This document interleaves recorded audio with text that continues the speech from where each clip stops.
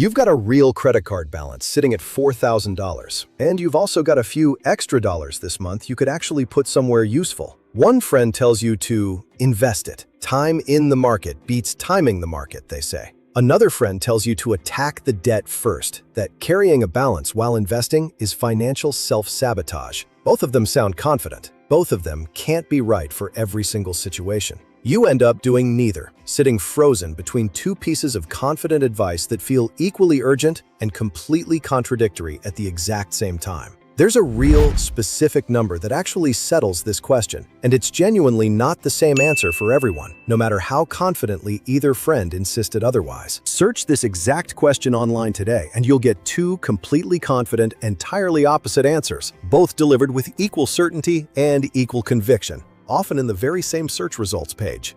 One camp says, always invest, no matter what, because compound growth genuinely needs time to work, and every single year spent paying down debt first is a year of real, missed growth that can never actually be recovered later on.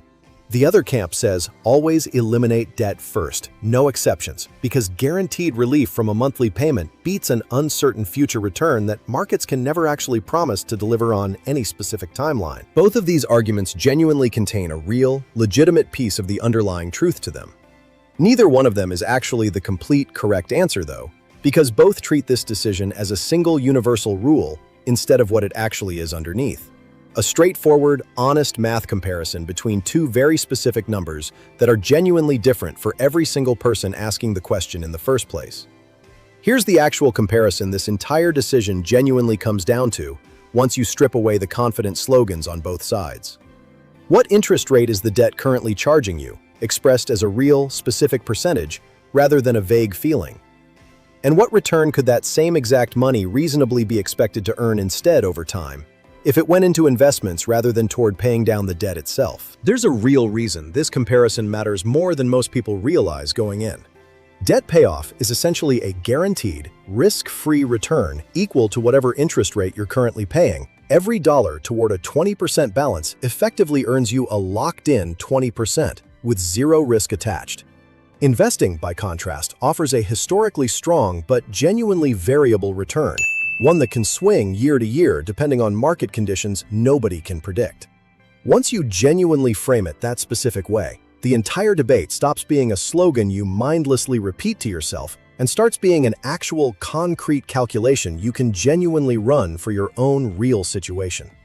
A 4% federal student loan and a 24% credit card balance genuinely aren't remotely the same decision in practice, even though both technically fall under the single broad category people casually call debt. This video is going to walk through that real, honest math, step by step, using real, current numbers, rather than simply repeating whichever confident-sounding rule happened to reach you first online.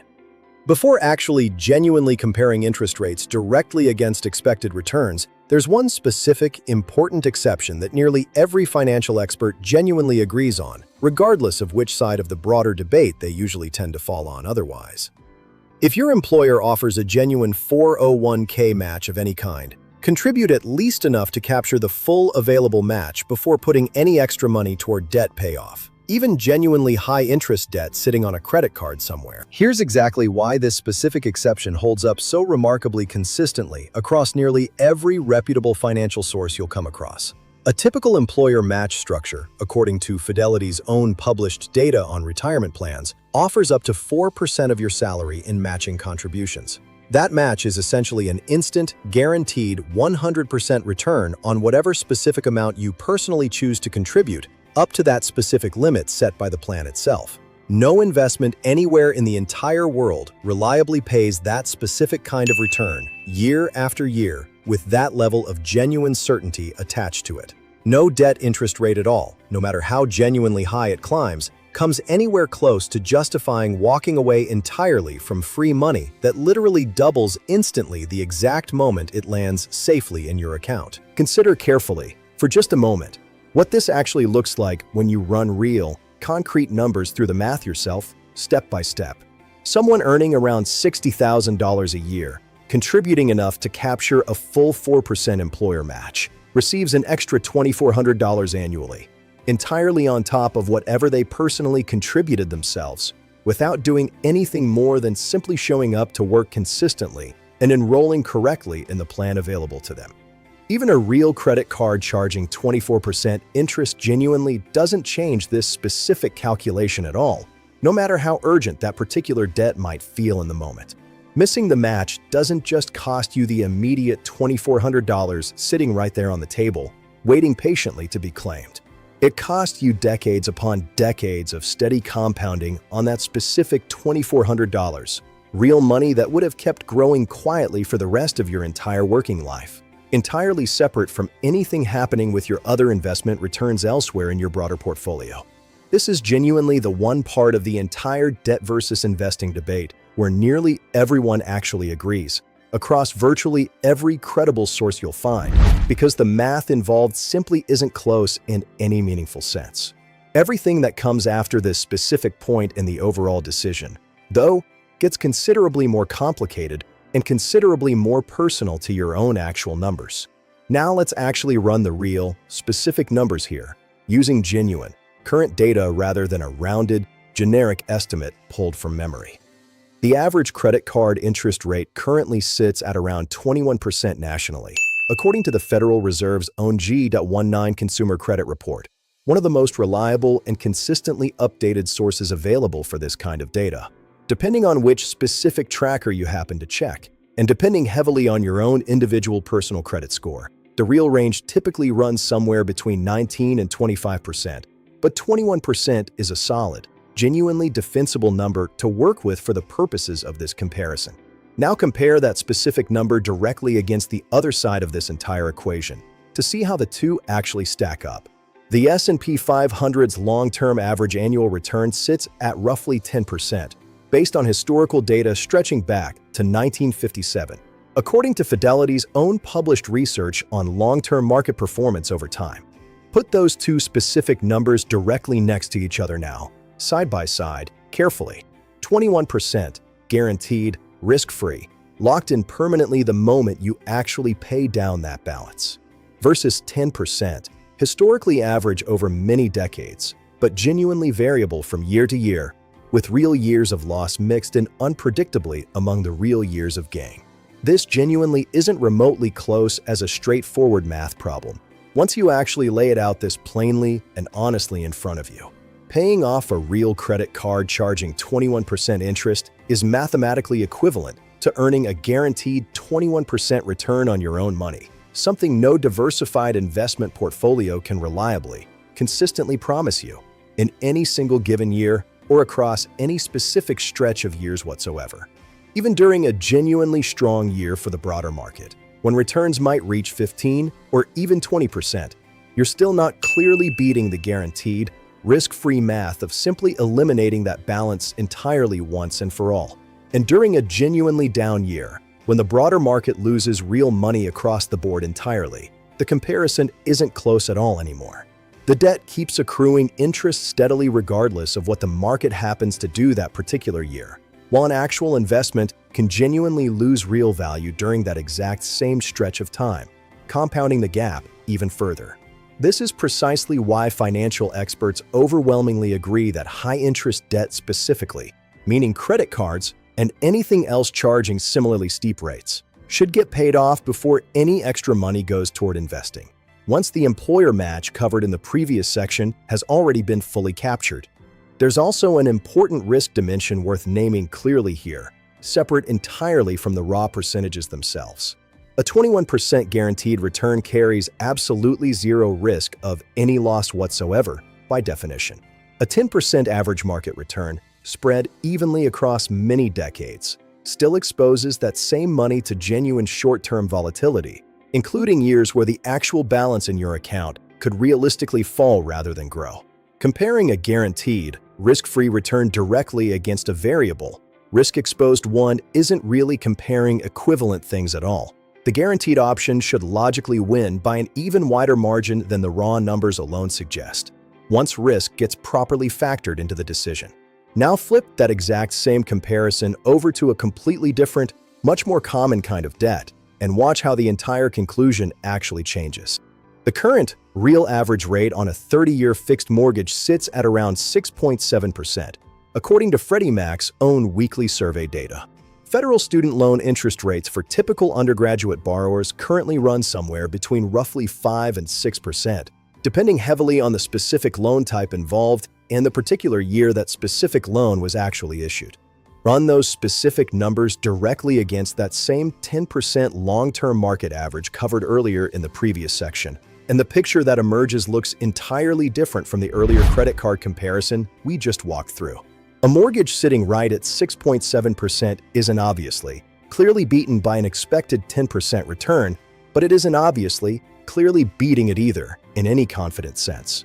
A student loan sitting at 5% falls even further below that same market average on paper, which would seem to genuinely favor investing more strongly, at least at first glance. This is exactly the specific point where the decision genuinely stops being a clear, obvious mathematical win in either direction and starts requiring real, honest personal judgment instead of a simple formula anyone could apply mechanically. Several real, legitimate factors complicate what genuinely looks like simple, clean math on the surface here. Mortgage interest, for many borrowers who itemize their taxes, is genuinely tax deductible, which effectively lowers the real, after-tax cost of that debt below its stated interest rate. Market returns are never actually guaranteed at exactly 10% in any specific given year, and a genuinely bad decade in the market can realistically underperform a comfortably fixed 6 or 7% rate for a long, uncomfortable stretch of time. And unlike a credit card, this specific kind of debt doesn't grow in a way that spirals dangerously if you're only making the required minimum payments each month. This is precisely why the confident, blanket answer that worked so cleanly for high-interest debt simply stops working here, at these considerably lower rates. At 6 or 7%, reasonable, well-informed people can genuinely land on either side of this exact decision, and neither position is actually wrong in any objective sense. What actually helps here isn't a slogan borrowed from the credit card comparison, but a genuinely honest look at your own specific numbers, your own specific comfort with risk, and your own specific timeline for using that money. Someone with a stable income, a genuine emergency fund already in place, and decades left until retirement might reasonably lean toward investing that extra money instead of accelerating a low-rate mortgage payoff. Someone who values the psychological certainty of being debt-free, or who's genuinely uncomfortable with market volatility regardless of the math involved, might reasonably choose the opposite path, and the numbers alone wouldn't be able to tell them they're making a mistake by doing so.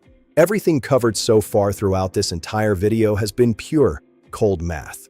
But real people actually making this decision in their own lives aren't literally calculators, and the math alone genuinely doesn't tell the whole, complete story. There are two well-documented, widely recognized approaches to paying off multiple debts at once, and they genuinely optimize for two entirely different things. The debt avalanche method targets whichever debt carries the highest interest rate first, completely regardless of the actual balance size involved, which is mathematically optimal in every single case without exception. It minimizes the total interest paid over time, full stop, no matter how you slice the numbers. The debt snowball method, by contrast, targets the smallest outstanding balance first, completely regardless of its actual interest rate, specifically designed to generate quick, visible wins early in the overall process. Mathematically speaking, it's almost always the technically inferior approach, sometimes costing real, measurable extra money in total interest paid compared directly to the avalanche method over the full payoff period. And yet, financial counselors who work directly with real people, day in and day out, continue recommending the snowball method constantly and consistently. Specifically because the genuine psychological win of actually closing out an entire account, of crossing something completely off the list for good, keeps people motivated in a way the mathematically optimal approach often simply doesn't. This isn't really irrational behavior at all, even though it genuinely looks that way when reduced to a cold spreadsheet. Someone who abandons a debt payoff plan entirely because the mathematically optimal approach felt too slow, too abstract, and too discouraging loses far more in the end than the extra interest the snowball method would have technically cost them. The single best math in the world doesn't actually help anyone if a real person doesn't stick with it consistently over time. This is exactly why the honest, complete answer to debt versus investing sometimes has to include a factor no spreadsheet can ever fully measure: Which specific approach will you personally actually follow through on consistently for years on end, rather than quietly abandoning it halfway through the moment it genuinely starts to feel discouraging or slow? The same underlying logic extends naturally into the investing side of this entire decision as well. Someone who technically should invest according to the pure math, but who finds themselves genuinely anxious every time the market dips, hasn't necessarily made an error by choosing to pay down debt instead.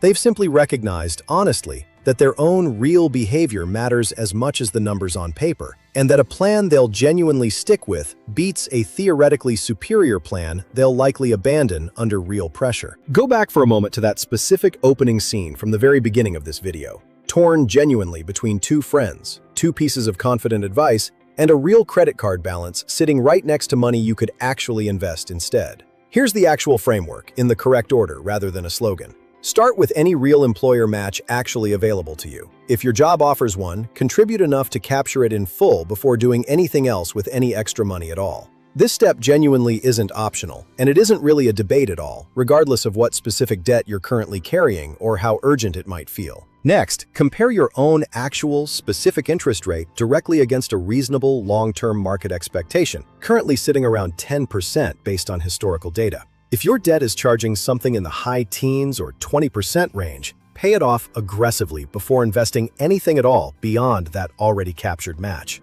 The guaranteed math simply wins too clearly, too decisively to justify doing otherwise in this specific case.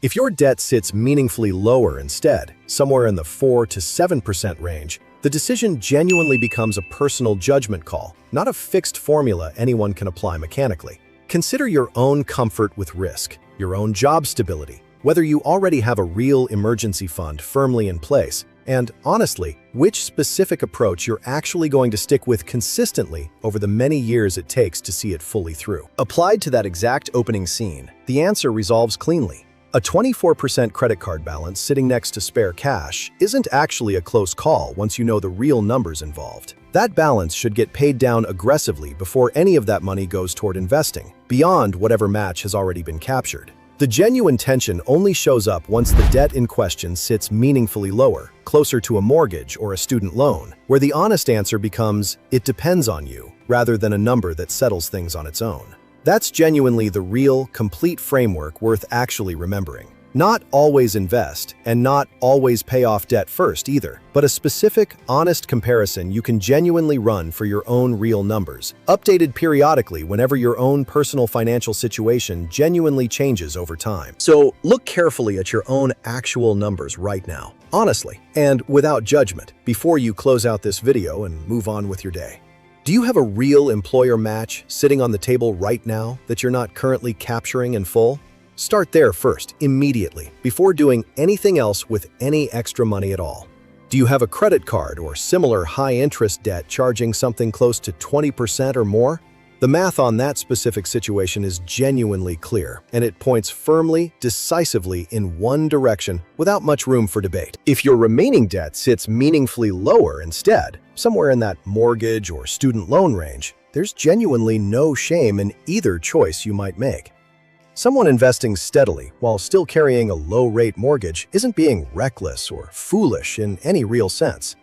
Someone paying down a 5% loan aggressively instead of investing that same money isn't necessarily leaving free money sitting on the table either, if that's genuinely what helps them sleep better at night. Both paths are genuinely defensible and reasonable choices once you've actually run your own real numbers honestly, instead of simply repeating a slogan you happen to hear secondhand from a friend or an influencer online somewhere. This channel exists specifically to keep running the real, honest math on financial debates that most people settle with a confident opinion instead of an actual, genuine calculation. If today's video genuinely gave you a clearer way to think through this exact decision, subscribing means you won't miss the next one in this series. Before you go, I genuinely want to know, honestly, where do you personally land on this exact decision right now? Are you tackling debt first, investing anyway despite it, or genuinely doing both at the same time? What's your own actual interest rate if you're comfortable sharing that publicly? Drop it in the comments section below whenever you get a chance. I read every single one, and this is exactly the kind of real decision genuinely worth talking through together, honestly.